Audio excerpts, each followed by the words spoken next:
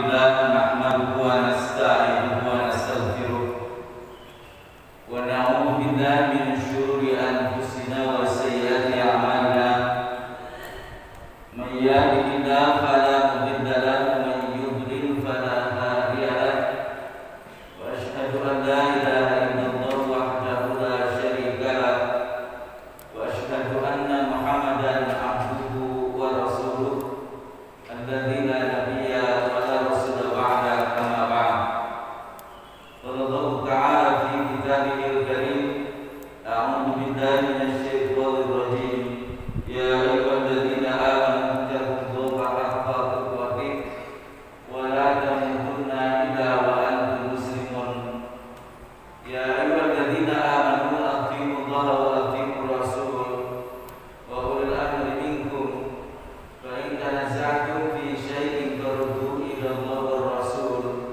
إن كنتم تؤمنون بالله واليوم الآخر ذلك خير وأحسن تأويلا وقال رسول الله صلى الله عليه وسلم إني تركت فيكم أمرين لن تضلوا ما تمسكتم بهما كتاب الله وسنة نبيه. Hadirin wa hadirat ikhwat iman jemaah Masjid Al-Mumin yang saya hormati, sidang terawih ini yang insyaallah dimuliakan Allah Subhanahu wa taala. Senantiasa kita memuji dan bersyukur kepada Allah Subhanahu wa taala atas limpahan rahmat, nikmat serta inayah-Nya kepada kita semua. Pada pagi hari ini kembali kita dapat berkumpul bertemu wajah dalam kegiatan rutin terawih ini, menuntut ilmu agama Allah, mempelajari, mengkaji dan memahami Islam. Setelah kita menunaikan ibadah salat subuh berjamaah, semoga aktivitas ibadah yang telah kita tunaikan dicatat dan diposisikan oleh Allah Subhanahu wa taala sebagai amal sholih, sebagai ibadah makbulah, sebagai amal ibadah yang diterima oleh Allah Subhanahu wa taala. Amin ya rabbal alamin. Bapak dan Ibu yang saya hormati, kembali kita bersua dalam kajian fikih ibadah atau terkait dengan hukum Islam, dan kita sedang mengkaji ulang terkait dengan kaifiyah sholat berjamaah. Alhamdulillah beberapa poin telah kita bahas pada pertemuan bulan yang lalu terkait dengan apa yang disebut dengan sholat berjamaah, apa yang terkait dengan hukum menunaikan ibadah sholat berjamaah, sampai kepada aturan, tuntunan dan contoh Rasulullah Sallallahu Alaihi Wasallam terkait dengan sah dalam melaksanakan sholat berjamaah.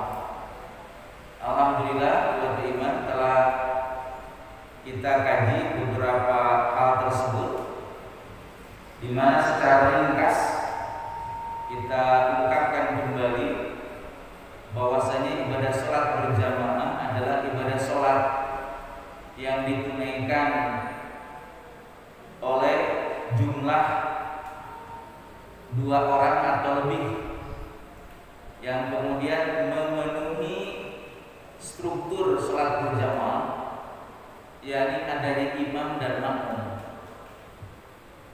Maka tidak disebut dengan sholat berjamaah meskipun orang berkumpul ketika melakukan ibadah sholat lebih daripada 1 orang, tetapi tidak jelas mana imam mana makmum.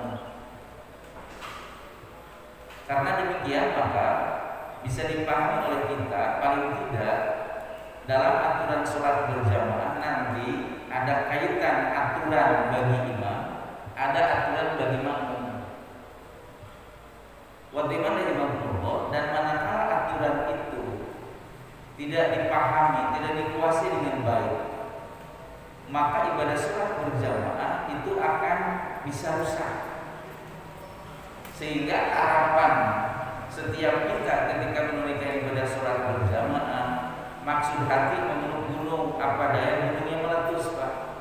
Maksud hati pengennya dapat nilai sholat berjamaah, di mana sholat berjamaah nilainya dibandingkan dengan sholat sendirian luar biasa ibadah 25 atau 27 derajat berbanding 1. Maksud hati ingin mendapatkan nilai yang besar itu, tetapi tiba-tiba lupa atau mungkin tidak disadari bahwa mendapatkan nilai itu didapat jika kita menunaikan ibadah sholat berjamaah sesuai dengan tuntunan Rasul.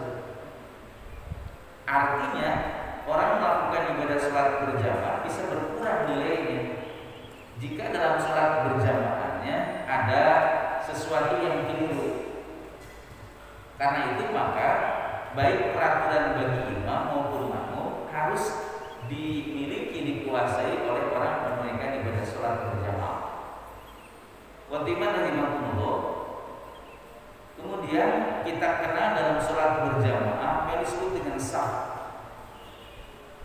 Sehingga kemudian dalam hadis yang sahih Rasul bersabda, ini yang insya Allah akan menjadi prolog pengantar dari pembahasan hari ini, di mana pembahasan hari ini sesuai dengan janji pada saat pertemuan yang lalu akan dibahas tentang bagaimana sholat berjamaah untuk kaum perempuan, khusus kaum perempuan, di mana kita tahu bahwa di masyarakat kita itu ada yang berpandangan bahwa sholat berjamaah perempuan itu sahnya tidak sama dengan laki-laki, baik dilihat dari konteks sahnya atau juga posisi imamnya. Tapi ada pula yang berpandangan bahwa sholat berjamaah itu baik bagi perempuan ataupun laki-laki itu sama, dengan alasan tidak ditemukan keterangan dalil yang sahih bahwasanya ada kaifiat sah bagi perempuan yang khususnya terkait dengan posisi imam yang berbeda dengan posisi imam laki-laki. Di mana bagaimana imamullah kalau laki-laki manakala berjamaahnya makmumnya lebih daripada satu orang, maka imam itu berada di depan makmum.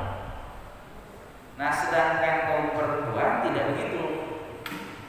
Bagaimana imamullah menurut sebagian pihak berpandangan bahwa imam perempuan itu berada di tengah-tengah saf, bahkan ditegaskan di tengah-tengah saf pertama, sehingga tiba-tiba dari imamullah, saya tidak tahu apa itu editan atau tidak, yang jelas di katakanlah media sosial ada orang ngirim bagaimana tuntunan sholat berjamaah perempuan. Nah, imamnya itu Pak pakai kostum yang khusus biar orang tahu itu imam gitu Pak. Soalnya kalau nggak begitu jadi bias gitu. Soalnya imam perempuan itu sejajar dengan makmum gitu Pak. Jadi yang lain putih, Bu, ini malah imamnya pakai hijau gitu Pak, hijau muda.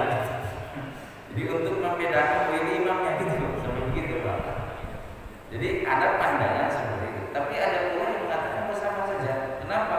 Karena Rasulullah memberikan tuntunan itu bagi semua orang, baik laki maupun perempuan, kecuali ada dalil, ada keterangan yang khususkan untuk perempuan. Gitu.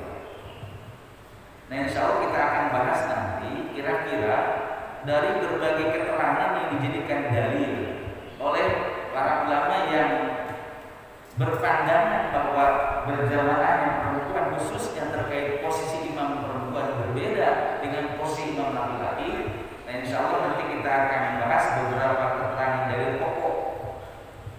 Saya belum kasih baris, insya Allah bagi jamaah al-mu'min sudah sering baca Arab dundul gitu ya, Arab gojek gitu Pak. Ya, jadi insya Allah nggak ada kesulitan ya. Tapi nanti Pak ya, Pak Haji nggak usah khawatir, nanti dikasih barisnya. Bagaimana dari Rasulullah? Nah, berangkat dari pengantar prolog bahwa tentang saf, Rasul bersabda, khairu sufu rijal awwaluha wa syarruha akhiruha, wa khairu sufu nisa akhiruha wa syarruha awwaluha. Sebaik-baik safnya laki-laki itu adalah yang awal, sedangkan seburuk-buruk saf laki-laki yang akhirnya. Ini saya terjemahkan secara terlak gitu. Kemudian sebaik-baik saf perempuan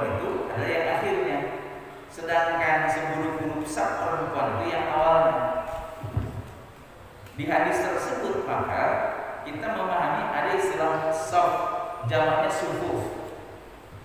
Misalnya di hadis yang lain terkait dengan shaf, Rasulullah SAW ketika memimpin sholat berjamaah, beliau memberi komando kepada makmum agar mereka merapihkan shaf.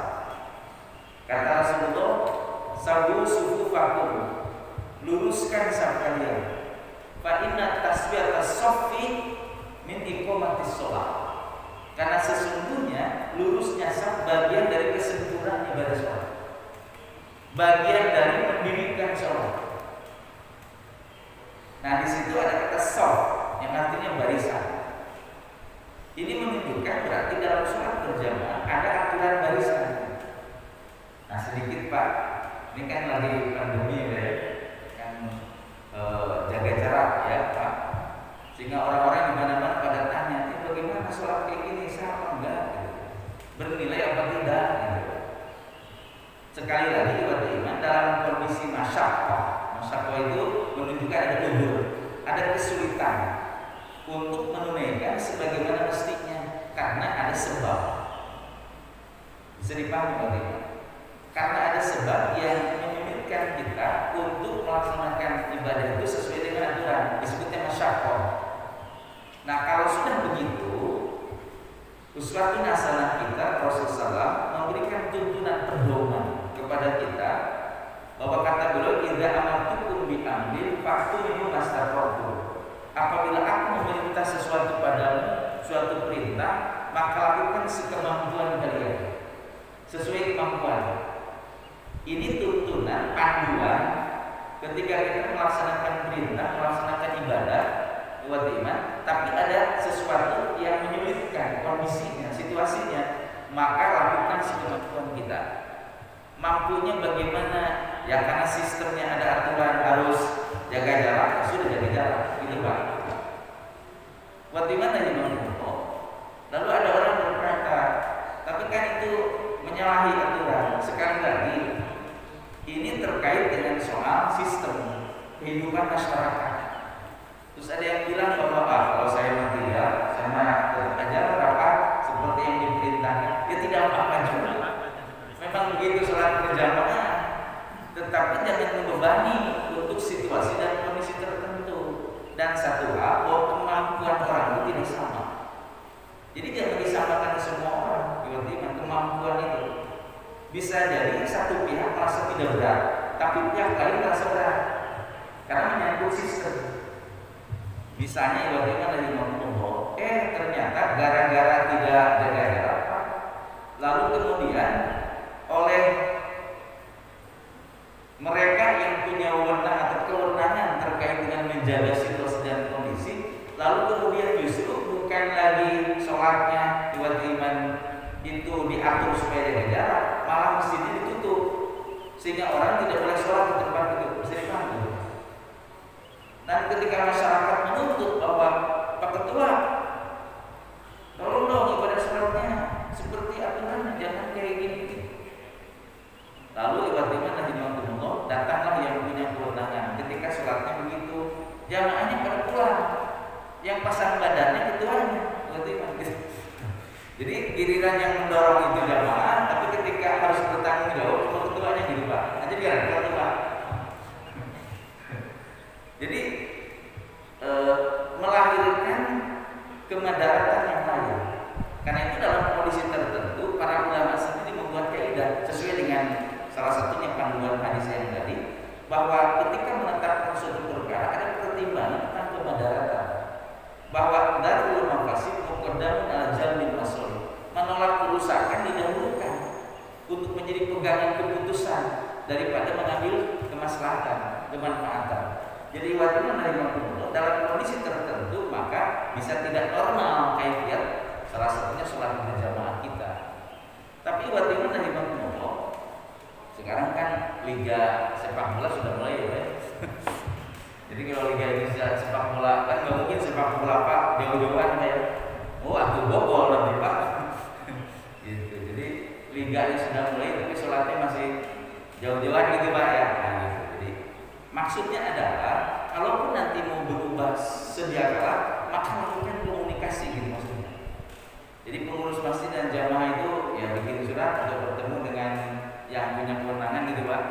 itu minta bahwa masjid ini mau secara normal ini misalnya seperti yang dilakukan di Sumatera Barat sama Sulawesi. Nah itu MUI-nya sudah menyatakan bahwa sholatnya sebagaimana biasanya gitu Pak. Nah, gitu. Tapi satu hal Bapak, kemampuan orang tidak sama. Nah karena begitu maka kembali kepada musyawarah Pak. Lalu kemudian bertanya nilainya bagaimana. Rasulullah sudah kasih panduan. Pertama tadi keterangannya. Sekarang yang kedua masih hadis riwayat Imam Bukhari. Kata Rasulullah, idza maridul abdu aw safar, apabila seorang hamba, seseorang itu dia dalam keadaan sakit atau bepergian. Riwayat mana Imam Bukhari? Kata Rasul, kutiba lahu mithlu ma kana ya'malu muqiman suqihan. Maka dicatat iman itu nilai pahalanya seperti ia melakukan ketika mukim dan ketika sehat. Ketika ada orang bepergian, Rasul biasa kalau bepergian sholatnya yang 4 jadi 2. Nah mungkin orang berpikir bahwa sayang banget 4 jadi 2 kan gitu Pak. Kalau pakai pikiran Pak, pakai perasaan gitu. Tapi persoalannya adalah Rasul berikan tuntunan bahwa mengambil rukhsah, keringanan dari Allah, dispensasi dari Allah. Kata Rasul, terima rukhsahnya Allah itu. Sehingga Rasul kalau bepergian sholat yang 4 jadi 2 gitu Pak. Nah yang 4 sama 2 kalau rujuk ke hadis yang tadi kata Rasulullah nilainya sama. Bisa dipahami Pak? Bisa dipahami Pak? Jadi kalau ngomong nilai 2 sama 4 itu sama nilainya gitu Pak maksudnya. Karena apa? Bagi orang yang ketika bepergian maka dicatat amalnya seperti ketika mukim. Termasuk orang sakit. Ketika sholatnya harus berdiri, dia duduk atau berbaring. Maka sholat berdiri dengan duduk karena sakit, karena ada udzur, itu nilainya sama dengan ketika sehat. Begitulah salah satu penjelasan dari hadis yang tadi.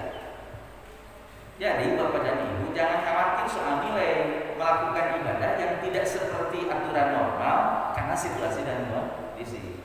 Itu menunjukkan bahwa Islam memberikan kemudahan kepada kita ketika ada masyaqqah. Dan dari keterangan itu para ulama bikin kaidah al-masyaqqatu tajribu taysir, bahwa kesulitan itu memberikan kemudahan. Jadi tidak harus diperdebatkan lagi gitu maksudnya. Nah, tinggal kita lihat situasi dan kondisi. Kalau sudah terjadi perubahan, maka kesulitan itu bisa berubah. Gitu maksudnya. Tetapi tetap keputusannya itu diserahkan kepada sultan, kepada pengurus masjid maksudnya Pak. Jangan sampai nanti jadi ada kesulitan yang lain. Mudah-mudahan ini badai cepat berlalu beriman sehingga kita bisa melaksanakan sholat berjamaah seperti tuntunan dan aturan yang normal. Bapak dan Ibu yang saya hormati, nah terkait dengan saf misalnya, iman sebelum nanti masuk ke sini, misalnya iman kan sekarang ini kan banyak masjid yang sebenarnya sudah lama. Kalau saya ketika berapa tahun yang lalu ya, sekitar 7 tahun yang lalu itu melakukan pembenahan terkait dengan arah kiblat di masjid-masjid ketika di Jakarta Utara. Beberapa masjid kita coba undang pakarnya dalam bidang itu untuk arah kiblat. Dan ternyata dari beberapa masjid yang kita datangi bagaimana itu tidak ada satupun masjid yang kiblatnya tepat gitu Pak maksudnya. Jadi ada satu masjid itu ibadah itu berbedanya 1 derajat. Jadi kurang di utara gitu Pak. Jadi dia kurang di utara 1 derajat. Itu masih di iya. Jadi masih dibolehkan oleh para pakar itu. Tapi kalau sudah ada sampai 25 derajat Pak. Jadi kurang utaranya 25 derajat. Jadi sholatnya itu menghadap ke Itali. Menghadapnya ke Itali gitu Pak. Ada juga yang kemudian mencornya ke sini. Jadi berarti ke Mesir gitu Pak. Jadi mencornya jauh berarti. Ada yang ke Mesir, jadi bukan ke Masjidil Haram gitu Pak. Jadi harusnya ke 20 derajat, ada yang 10 derajat. Itu sudah parah Pak. Karena dari sininya 10 soalnya jadi besar Pak. Maksudnya jadi jauh jadi berarti. Padahal menghadap kiblat itu wajib. Nah, wajib mana Imam Bukhari? Lalu pertanyaannya adalah kan seperti di sini contoh Pak, nanti mungkin bisa didiskusikan lagi dengan pengurus masjid atau yayasan. Kan kalau kita lihat posisi ini Pak, posisi ini itu ke arah kiblat itu kalau sholat sendirian. Bisa dipahami Pak? Jadi petunjuk ini itu kalau orang sholatnya sendirian. Bisa dipahami? Tapi kalau sholat yang berjamaah nggak bisa begini, itu maksudnya Pak.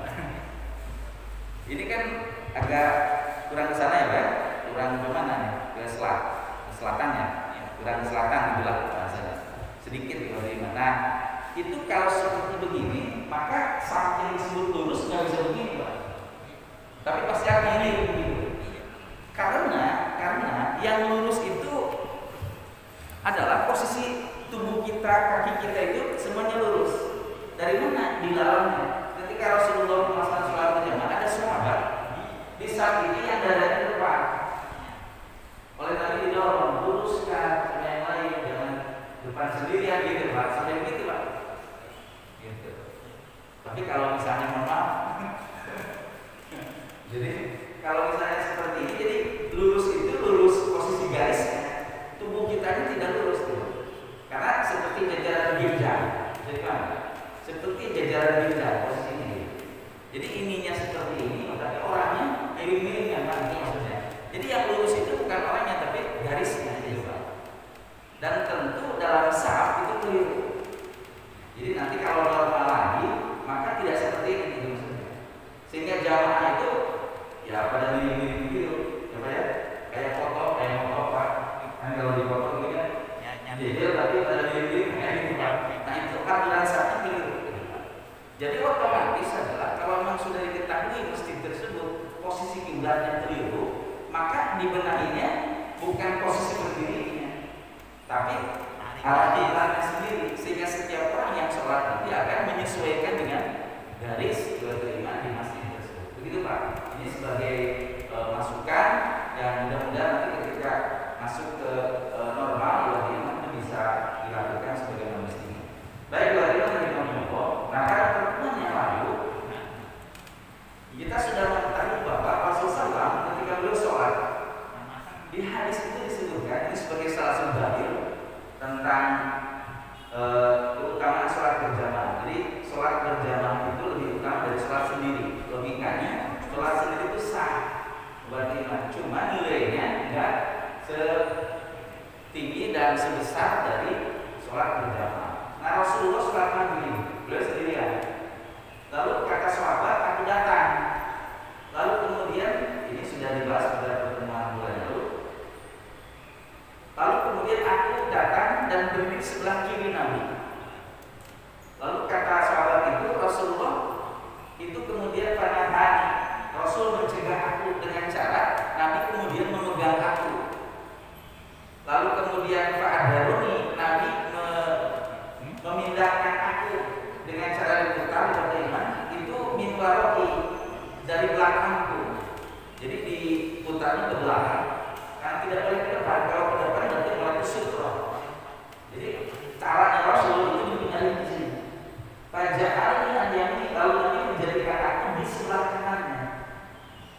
Jadi menunjukkan berarti ini sudah sholat berjamaah, tapi makmumnya baru sendirian. Ketika makmum sendirian, maka posisi makmum berada di sebelah kanan imam sejajar. Disebutnya adalah berdiri di saf imam. Berdiri di saf imam disebutnya. Dan aturan saf berdasarkan hadis yang tadi, sawu surufaku. Saf itu harus lurus. Maka pada saat makmum dengan imam, posisinya harus lurus. Tidak menjorok sedikit ke belakang dari makmumnya atau menjorok ke depan dari imamnya. Karena yang membedakan imam dan makmum kalau sholat berdua bukan siapa yang depan siapa yang belakang, tapi di mana posisinya itu yang membedakan imam dengan makmum berdasarkan tuntunan Rasul yang tadi bahwa imam berada di sebelah kiri makmum, makmum di sebelah kanan imam. Jadi kan tergambar ya. Nanti kalau masih belum tergambar bisa dipraktekkan. Bagaimana nih lalu kemudian kata sobat itu lalu datang sohibuli, datang seorang sahabat teman saya ikut juga dan dia berdiri sebelah kiri Nabi, jadi sejajar bertiga. Maka kemudian kata sahabat itu pada fa'ana, lalu kemudian Nabi mendorong kami.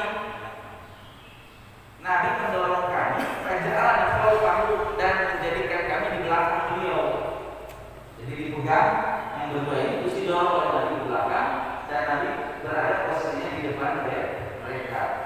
Dan kemudian berarti sudah demikian, apabila makmumnya lebih dari satu, maka makmum membuat barisan sendiri, saf sendiri. Berdasarkan hadis itu bisa disimpulkan bahwa barisan makmum, saf makmum itu minimal 2 orang. Karena kalau cuma 1 orang harus bersama imam. Bisa dipahami? Baik. Kemudian dibuat aturan posisi berdirinya dalam hadis riwayat Imam Abu Dawud. Nabi bersabda, "Wasiful imam." Jadikan imam di tengah kalian. Maka posisi imam itu berada di antara posisi titik garis di antara makmum. Apabila makmumnya tadi berdua, maka imam posisinya di tengah, ditarik garis ke depan, posisinya di tengah imam. Bukan lurus dengan yang makmum sebelah kanan atau tidak lurus dengan makmum sebelah kiri, tapi di antara mereka berdua. Kalau ditarik garis lurusnya, bisa dipahami bagaimana. Bagaimana Allah? Nah, kemudian dari hadis tersebut pula bisa dipahami oleh kita bahwa ketika orang akan mengisi saf, misalnya dia masuk ataupun tidak, isi kemudian yang kanan, baru yang kiri, isi yang kanan, baru yang kiri, isi yang kanan, baru yang kiri. Karena imam menjadi poros, sehingga terpenuhi perintah wasitul imam. Jadi kan imam di tengah kalian, jangan berat sebelah Pak, kanan, dia. Nah, yang aneh karena mungkin karena jamaahnya belum paham soal aturan itu. Biasanya orang berdiri pengen praktis dekat pintu Pak. Jadi ketika masuk langsung aja berdiri aja Pak. Gitu. Lihat tuh barisannya gimana itu posisinya Pak gitu. Jadi orang masuk dari pintu tuh langsung berdiri pojok sana gitu Pak misalnya. Nah, jadi bagaimana Imam Allah? Dengan aturan tersebut maka berarti sholat berjamaah itu punya aturan ketat dan berarti setiap orang harus paham tentang itu. Karena kalau tidak maka merusak nilai sholat berjamaah. Bagaimana Imam Allah? Dari hadis tersebut pula bisa dipahami bahwa boleh kita melakukan gerakan di luar gerakan sholat jika diperlukan. Nabi kan sudah mulai sholat, terus mindahin sahabat itu, bagaimana itu sudah dalam keadaan sholat. Berapa kali Nabi melakukan begitu, bagaimana itu? Berapa gerakan kalau bahasa gerakan? Itu banyak banget Pak. Mindahin satu orang saja ke belakang ini bukan zona kita. Jadi lebih sulit. Mendingan ke depan, kalau ke depan lebih mudah. Satu kali itu bisa Pak. Tapi kalau ke belakang susah, 2 kali Pak. Tapi kenapa di tengah aturannya nggak boleh melusuk, maka diajarkan cara teknisnya ke belakang bagaimana. Tapi masalahnya dengan begitu berarti ada gerakan yang banyak. Belum lagi datang sahabat yang satu ya. Terus kemudian Nabi didorong, ditempatkan di belakang Nabi. Itu udah berapa kali gerakan? Itu menunjukkan bahwasanya Rasul sendiri yang melakukan gerakan di luar gerakan sholat karena diperlukan. Kecuali kalau tidak diperlukan, kita lagi sholat gerak-gerak sendiri tanpa ada keperluan, itu merusak sholat juga. Bagaimana Imam Allah? Jadi dari satu keterangan tersebut bisa dipahami, diambil kesimpulan bagaimana atau pemahamannya itu beragam sampai seperti itu. Dari mulai soal saf, aturan saf, posisi imam, posisi makmum, bagaimana aturan membuat formasi barisan berjamaah. Bagaimana Imam Allah? Karena dalam hadis tersebut dikisahkannya satu jenis, yakni laki-laki saja, Rasul dengan 2 sahabat yang sejenis. Bagaimana Imam Allah? Maka tentu membutuhkan keterangan lain. Kalau terkait dengan mereka sholat berjamaah yang berkumpul antara laki dengan perempuan. Dan dijelaskan dalam hadis yang sudah kelak dari Anas bin Malik misalnya, bahwa kata Anas, aku sholat bersama anak yatim. Berarti 2 laki-laki makmumnya bagaimana? Itu sholat bersama Rasul, kata Anas. Aku sholat bersama Nabi dan seorang anak yatim laki-laki. Wa Umi dan ibuku Ummu Sulaim khalfana, dan Ummu Sulaim itu di belakang kami. Nah, dalam hadis ini ada posisi buat perempuan, bahwa berdasarkan hadis itu boleh perempuan berjamaah dengan laki-laki. Satu. Yang kedua, makmum atau perempuan itu kalau berdua tidak bisa menjadi imam laki-laki. Dia posisi sebagai makmum, bahkan posisinya di belakang makmum laki-laki, bukan lagi di belakang imam, tapi di belakang makmum laki-laki. Jika pada saat itu ada makmum laki-laki. Kemudian tiba-tiba dari hadis tersebut bisa dipahami bahwa makmum perempuan itu berada di belakang buat imam, dan posisinya karena kalimatnya kholfana bukan kholfi, bukan di belakang aku kata Asaki, belakang kami, berarti posisinya lurus dengan imam. Maka ibaratnya dari makmum posisi bagi perempuan itu ketika menjadi makmum yang berkumpul yang imamnya laki-laki, maka posisi perempuan kalau satu orang itu lurus dengan imam laki-laki. Lalu kemudian manakala lebih daripada satu orang perempuan itu, maka berlaku aturan yang tadi yang dibuat Abu Daud. Jadikan imam di tengah kalian. Jadi manakala makmumnya perempuan 2 orang, maka menjadikan imam di tengah garis mereka di depan berarti imam. Jadi tidak berada pada posisi lurus dengan makmum sebelah kanan atau sebelah kiri. Dan kalau dihilangkan makmum laki-lakinya, maka tidak berubah ya, seperti itulah posisi gitu. Jadi insya Allah Bapak dan Ibu bisa mengilustrasikan ya dari penjelasan yang tadi bagaimana formasi sholat berjamaah. Kemudian bagaimana dari makmum, bagaimana terkait dengan berjamaahnya perempuan. Nah, belum masuk ke sini. Tadi ada pro pengantarnya. Kira-kira Bapak rela nggak? Kalau yang dimaksud dengan sebaik-baiknya saf laki-laki itu yang awalnya dan seburuk-buruk safnya yang akhirnya. Pertanyaan saya adalah, kira-kira Bapak rela nggak? Bapak sholat nih berjamaah penuh kan Bu, lalu dapatnya saf belakang di depan.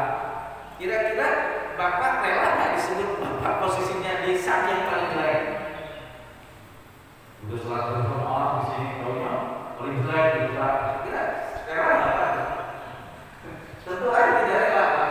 Tapi ternyata dari hadis tersebut ada yang memahaminya begitu, bahwa sebaik-baik saf laki-laki yang paling depan, seburuk-buruknya yang paling belakang. Oh berarti sholat berjamaah, ada sholat berjamaah juga. Tapi safnya paling belakang itu paling jelek gitu Pak. Tentu gak terima kan sholatnya. Yang aneh adalah orang sholat Jumat selalu nyarinya saf yang paling belakang gitu Pak. Jadi jeleknya itu dicari gitu maksudnya. Jadi jeleknya itu dicari Pak gitu ya, bukan nyari yang baik gitu Pak. Termasuk juga lima formasi saf. Oh berarti kalau begitu saf laki-laki itu 1, 2, 3, 4. Nah, sebaik-baik saf perempuan itu yang anehnya. Berarti logikanya kalau untuk perempuan saf itu 1, 2, 3, sebenarnya. Pertanyaannya apa begitu memahami ayat itu gitu maksudnya? Karena terkait nanti dengan saf berjamaah perempuan. Kalau saf pertama perempuan itu karena kan yang sebaik-baiknya paling belakang Pak. Berarti saf pertama perempuan itu yang paling belakang. Berarti imam gimana? Jadi paham? Serius ya? Saya tidak membahas bahwa itu salah atau tidak. Maksud saya, kalau memahami hadis itu begitu, kira-kira efektif nggak sholat berjamaah kayak gitu? Jadi imam perempuan itu berjejer berada di tengah saf dan posisi saf pertamanya di belakang. Jadi berarti saf keduanya di mana? Di depan saf pertama, dan berarti imamnya di mana? Di belakang makmum. Bisa dipahami Pak? Di belakang makmum saf kedua gitu maksud saya. Coba kalau menjadi barisannya ada 5. Oh, efektif tidak kira-kira sholat berjamaah kayak gitu Pak? Itu maksudnya. Nah ini sebagai sebuah pertanyaan kan, supaya nanti dijawab oleh para guru kita, kira-kira hadis itu begitu pemahamannya gitu Pak.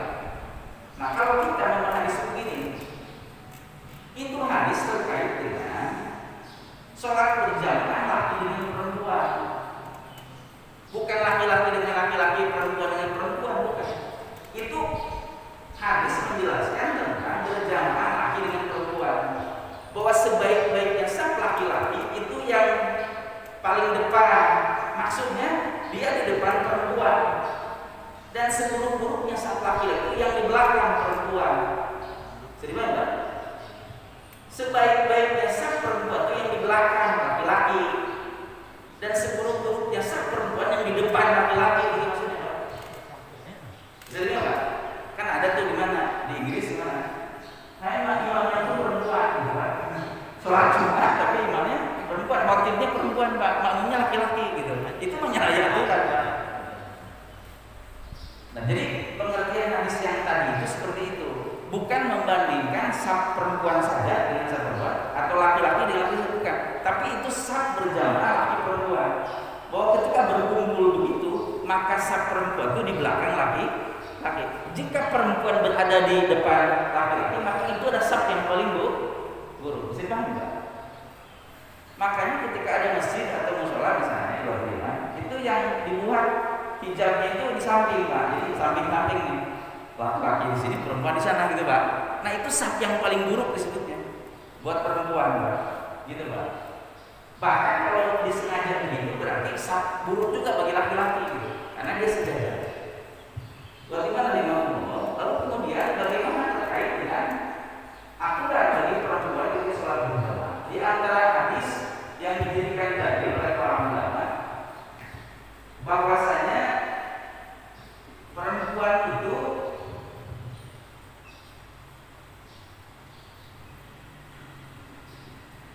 imam perempuan itu berdirinya lurus. Salah satu dalilnya dari Amar ad-Dumni an imra'atin min qaumihi, dari seorang perempuan dari kaumnya, yuqalulah yang dipanggil orang tersebut dengan nama Mujairah. Jadi ada perempuan namanya Mujairah menceritakan Ummu Salamah dari Ummu Salamah istri Nabi, innaha amatunna, sesungguhnya Ummu Salamah mengimami mereka kaum perempuan, faqamat wasaton, ia berdiri tengah-tengah saf. Ini bagaimana hadis Al-Baihaqi dan Al-Bazzar. Kemudian bagaimana ada kasusnya Aisyah dari Aisyah bahwasanya beliau karena tu'adzim, beliau mengadhan waktu ibu, beliau juga iqomah, waktu mengisah dan mengimami perempuan, waktu puasa kehuna, dan beliau berdiri di tengah-tengah mereka. Ini hadisnya riwayat Al-Hakim. Ini saya ambil dua, ada beberapa hadis yang dijadikan dalil, yang kemudian semuanya terkait dengan dua istri Nabi, yaitu Ummu Salamah dan Aisyah, yang semuanya menjelaskan bahwa mereka pernah mengimami kaum perempuan dan mereka berdirinya di tengah saf. Bagaimana Imam Allah? Misalnya hadis yang atas, para ulama riwayat iman itu mengkritisi hadis ini karena ada rawi ahli Quran hadis namanya Mujairah, dan para ulama menjelaskan bahwa Mujairah itu seseorang yang tidak dikenal dalam urusan hadis, disebutnya majhul, orang yang tidak dikenal identitasnya. Nah karena itu maka para ulama yang tidak sepandangan mereka menolak hadis ini dijadikan dalil berjamaahnya perempuan, khususnya imam perempuan itu saja, karena alasannya hadisnya dhaif, hadisnya lemah. Kelemahannya terletak pada ada rawi informan hadis, wartawan hadis yang tidak dikenal. Jadi namanya Mujairah, gitu Pak. Itu alasan dari para ulama yang menolak keterangan hadis ini. Yang kedua, misalnya dari Aisyah berkata, ini ada beberapa keterangan rawinya yang kemudian dipersoalkan. Salah satunya ada Lais namanya. Lais itu para ulama menjelaskan dia jelek hafalannya. Jadi dalam urusan ilmu hadis, kalau ada rawi wartawan hadis yang sempurna hafalannya, maka disebutnya hadis sahih. Kalau kurang sedikit tiba-tiba kurang hafalan disebutnya hasan, masih boleh diterima. Tapi ada jelek hafalan, kalau jelek hafalan maka dhaif, itu hadisnya lemah, ditolak oleh ulama. Ada pula riwayat di hadis itu rawi yang justru oleh para ulama diperbincangkan karena orangnya suka memutarbalikkan sanad. Misalnya harusnya hadisnya mursal, terputus sanadnya, dia sambungin ke Rasul bahwa ini dinisbatkan kepada Rasul, ini nyampe ke Rasul, padahal tidak. Jadi manipulasi namanya. Jadi hadis-hadis yang menjelaskan, nanti kalau Bapak Ibu menemukan artikel tentang itu, semua hadis yang menjelaskan tentang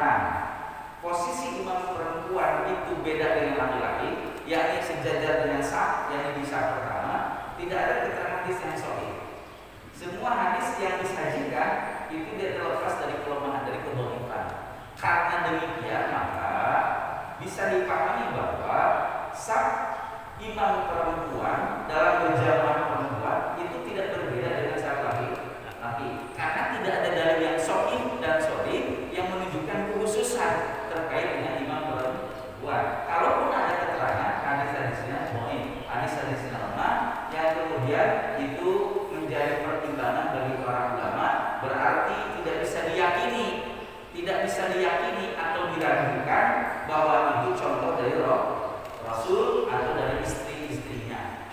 Karena itu dua imam perempuan sama dengan laki-laki. Nah, terus ada orang berkata, wah, nggak bisa begitu dong. Kenapa nggak bisa begitu? Itu kan perempuan. Masa perempuan dia sendirian dulu? Kan perempuan harus ada temannya gitu. Oke, kalau alasan itu alasan logikanya. Jadi sekarang sholat. Ini makmum imam perempuan. Di sininya makmum. Kata mereka, si imam ini perempuan harus dilindungi. Jadi nggak boleh nyemplung sendiri, nggak boleh gitu Pak. Nah, pertanyaannya adalah itu yang di samping kanan samping kiri siapa? Perempuan juga. Jadi imamnya dijaga, tapi makmumnya kagak, adalah perempuan juga. Maksud saya logikanya nggak masuk di maksudnya. Nggak bisa diterima argumentasi begitu. Lagian juga Bapak dan Ibu, perempuan itu bagi imam kelompok perempuan. Kenapa dipersoalkan gitu maksudnya? Orang dia sholat berjamaah dari kelompok perempuan sendiri. Termasuk boleh nggak perempuan ada? Boleh di kaum perempuan. Nggak boleh perempuan ada di sana. Nggak boleh Pak. Perempuan boleh ada untuk kaum mereka di tempat mereka. Boleh di tempat mereka untuk mereka dan kemudian sholat berjamaah imamnya bagi mereka. Jadi Pak. Jadi persoalannya apa gitu maksudnya? Orang di tengah-tengah mereka kok gitu. Bisa dipahami? Nah, itulah yang menjadi pertimbangan bahwa berjamaah perempuan itu sama dengan laki-laki aturan yang karena tidak ada dalil yang sahih yang mengkhususkannya. Demikian yang pertama dapat saya antarkan melengkapi pembahasan tentang saf itu sehingga kemudian tidak perlu dipertegas lagi karena sudah dibahas pada pertemuan yang silam bahwa kaifiatnya untuk perempuan dan laki-laki manakala mereka sejenis itu sama ya tuntunan dan pedomannya. Demikian kalau ada usul. Ada yang bertanya silakan.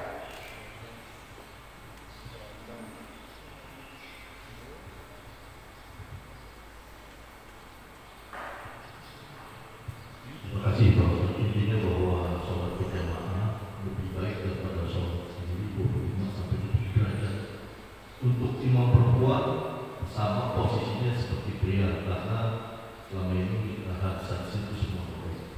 Juga untuk azan dan iqamah boleh bagi wanita selama berhubungan wanita. Untuk pertanyaan Bapak atau Ibu yang berhubungan dengan kajian ini, mungkin Ibu supaya lebih jelas pertanyaannya untuk sebagai imam karena imam perempuan sama seperti imam pria tidak boleh azan dan iqamah selama hidupnya perempuan semua. Ada yang bertanya? Atau ada Bapak? Silakan.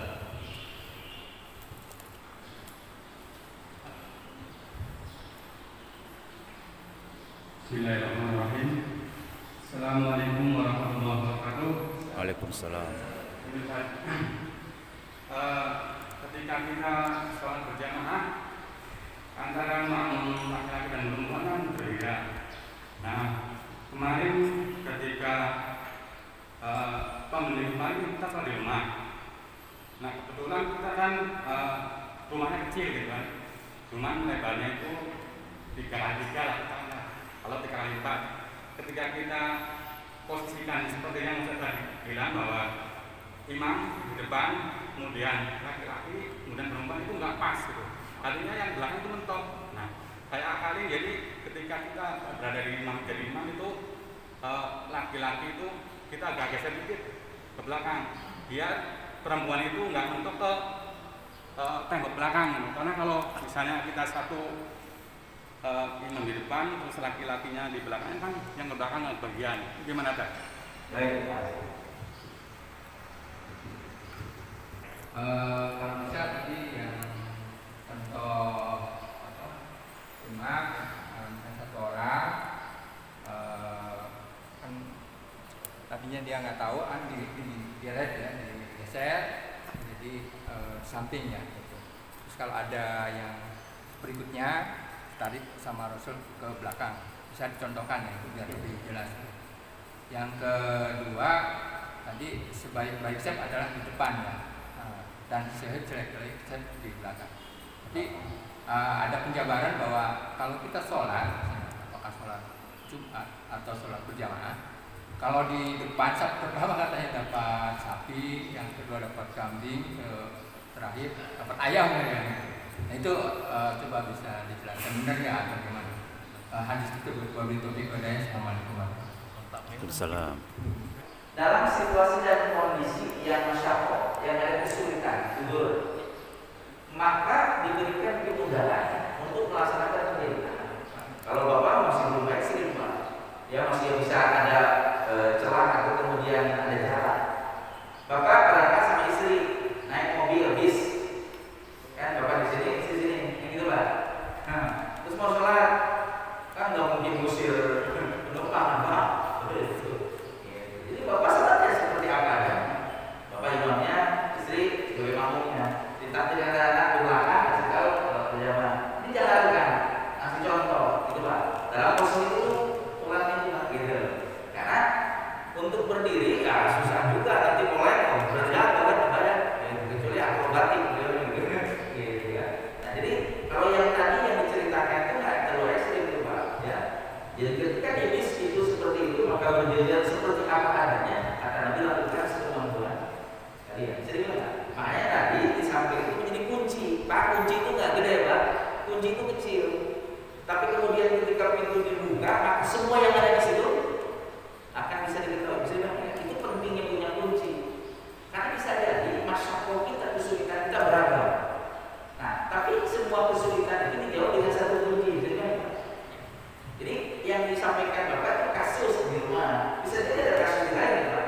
Nah, bagaimana cara menyelesaikannya? Kuncinya tadi kata Rasulullah, apabila aku melintas suatu padamu, maka lakukan sekemampuan kalian. Tetapi jangan dimudah-mudahkan. Islam itu mudah dan kasih kemudahan, tapi jangan dimudah-mudahkan. Maksudnya apa? Kan yang tahu situasi itu kan kita, Pak. Seperti yang tadi bapak bilang di rumah kecil misalnya, Pak. Nah, kan yang tahu bapak. Nah di sini kalau kita sudah dibekali dengan kunci dengan kaidah, maka kita yang akan mengatur teknisnya. Ini pengalaman saya, Pak. Mungkin ketika itu hanya saya doang sholat di tempat itu. Yang sholat Id, sholat hari rayanya beda dengan yang lain. Ketika itu sedang di lapangan, Pak, hujan. Dengan akhirnya jamaah masuk ke masjid semua kan? Tadi di halaman jalan, Pak. Masuk ke masjid. Masjidnya itu Pak ya, nggak bisa gitu, Pak. Masuk. Saya bilang, saya pakai ini. Semuanya masuk ke masjid. Yang mau sholat, karena sholatnya kan sunnah. Kadang Pak, ya mungkin ada orang yang silakan akan hujan. Saya bilang, yang mau sholat silakan masuk ke masjid. Saya bilang, sholat juga mungkin masuk aja dulu semua. Jadi semua pada ada bentar. Tapi, karena umum Pak, masjidnya kan terbatas gitu Pak. Semuanya silakan duduk semua. Berdekatan juga, berdekatan. Terus saya bilang gini, ini ihram bisa dipakai? Oh bisa saya, coba bereskan semua. Pada saat itu saya kasih contoh ke jamaah untuk sholat sambil duduk. Jadi semuanya berdekatan Pak. Jadi sholatnya sambil duduk semua. Gini Pak, semuanya gini. Jadi di depan ini dia rapatkan gitu Pak. Nah, dan saya sholatnya iman dicontohkan dulu di atas kursi. Jadi salah ini. Jadi ketika ini itu mungkin Pak di dunia hanya cuma itu doang sholatnya gitu Pak. Gitu. Jadi saya ajarkan, sudah selesai, paham mereka bersolat. Yang kedua adalah sholat sah. Kalau tadi di Jakarta Barat, ini Jakarta Pusat. Jadi saya pas datang 10 menit sebelum pelaksanaan sholat itu apa? Pas datang, ini kok satu begini. Jadi posisinya perempuan itu beda dengan laki-laki. Karena dia sekolah Pak, lapangan sekolah, duduknya begini saya. Nah mereka bikin teknik ininya, panitia itu gini Pak. Karena kiblatnya miring, jadi ke sini. Maka dibuat begini.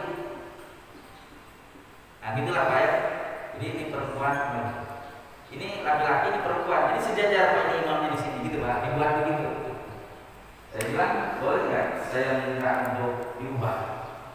Oh silakan kan. Saya suruh berdiri semua, suruh berdiri. Karena bidangnya begini, tapi tetap aturannya perempuan di belakang laki-laki. Maka saya buat jajaran genjang.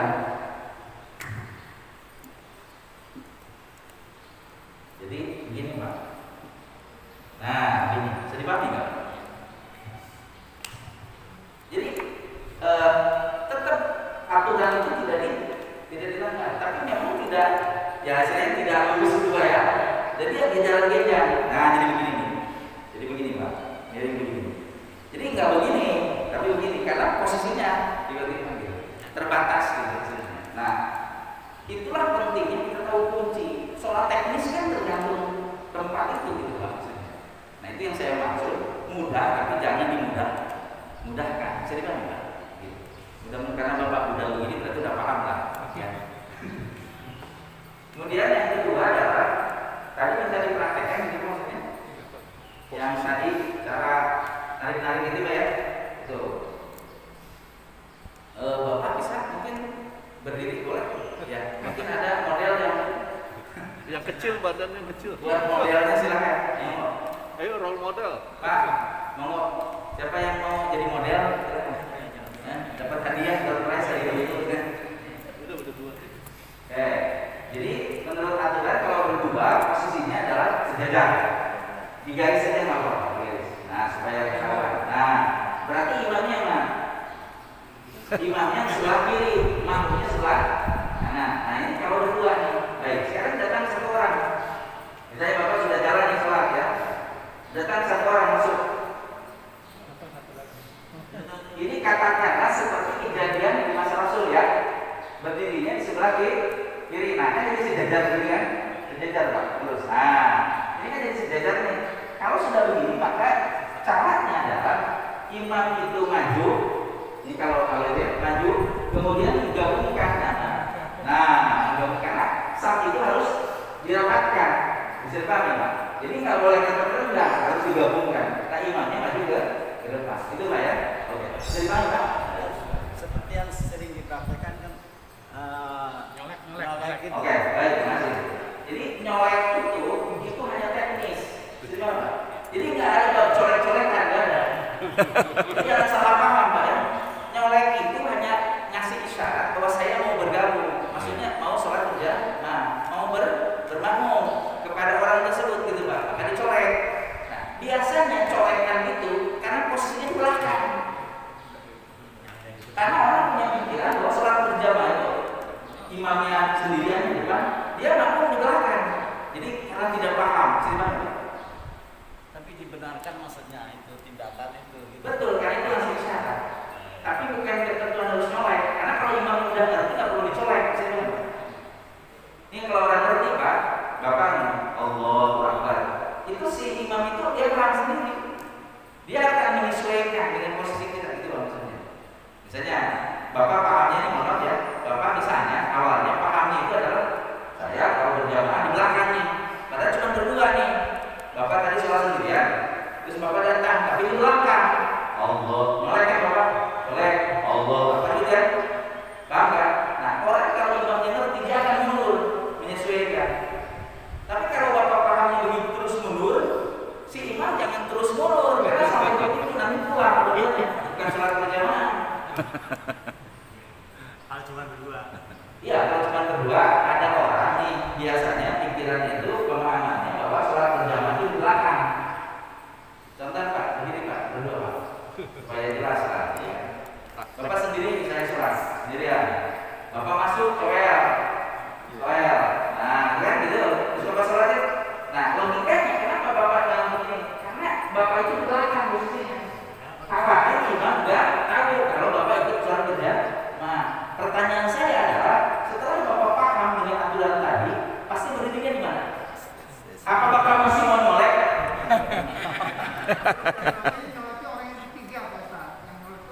Ya makanya saya jelaskan dulu supaya paham kan.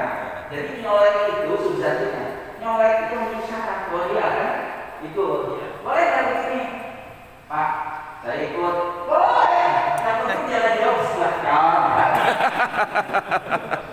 Itu maksud saya. Jadi yang namanya cara itu bisa beragam. Mau nyolek, mau kemudian ngomongnya gitu. Akhirnya langsung Allahu Akbar. Jadi iman yang ngerti, orang yang ngerti, dia akan punya kesimpulan bahwa orang ini mau ikut salat berjamaah gitu maksudnya. Gitu Pak. Nah maka iman nanti akan menyesuaikan. Itu kalau paham maksud saya. Nah di kita karena banyak yang mungkin belum paham, akhirnya cara begitu. Yang kedua posisinya juga di belakang ya pasti ngorek lah gitu. Karena biasanya takbirnya juga lagi kencang gitu kan masalahnya. Nanti terus akhir orang yang di depan tuh pendek sendirian. Nggak tahu belakang mereka di debat. Ya bisa dipahami nggak Pak ya? Nah jadi nyolek itu hanya cara, bukan harus nyolek. Yang paling pokok imam tahu bahwa kita mau ikut sholat berjamaah itu pokoknya. Jadi paham Pak? Kalau sudah sejajar begini nggak usah dicoyok begini, nggak usah. Kata imam itu gue tahu.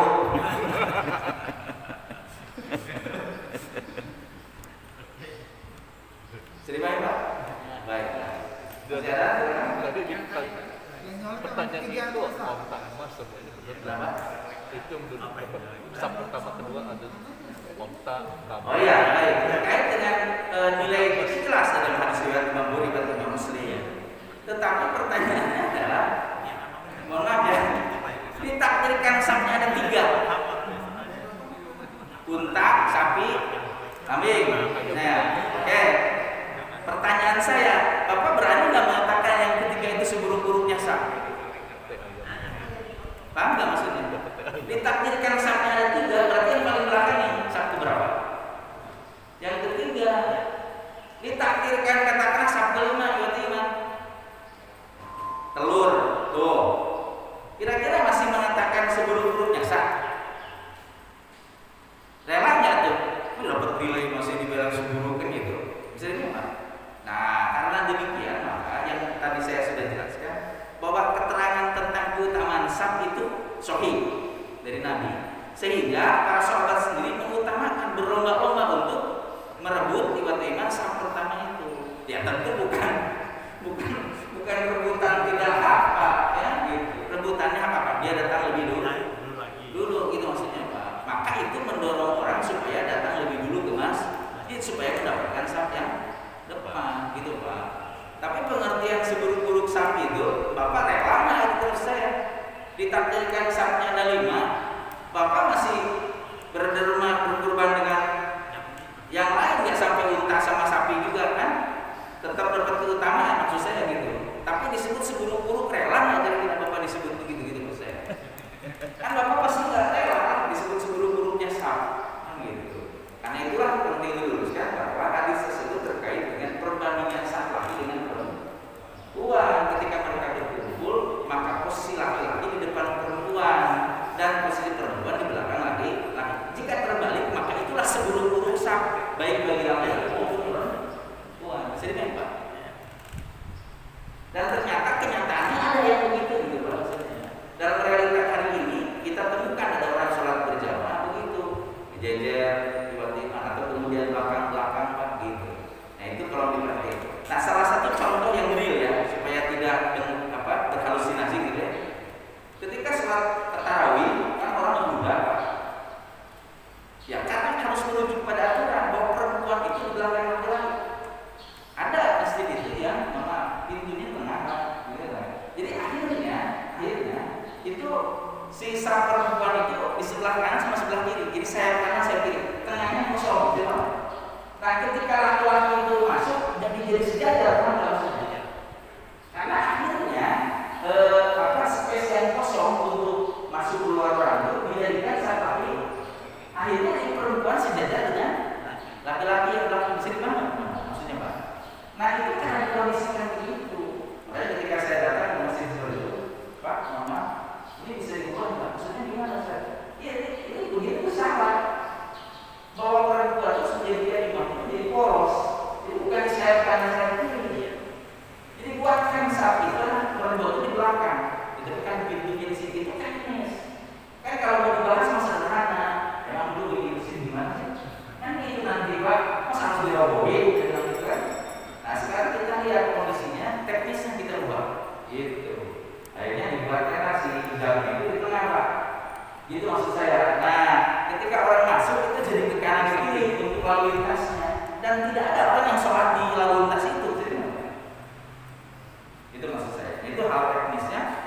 penting kuncinya dari aturan yang tadi menjadi bekal panduan ketika bicara teknis. Jangan sampai teknis merusak aturan.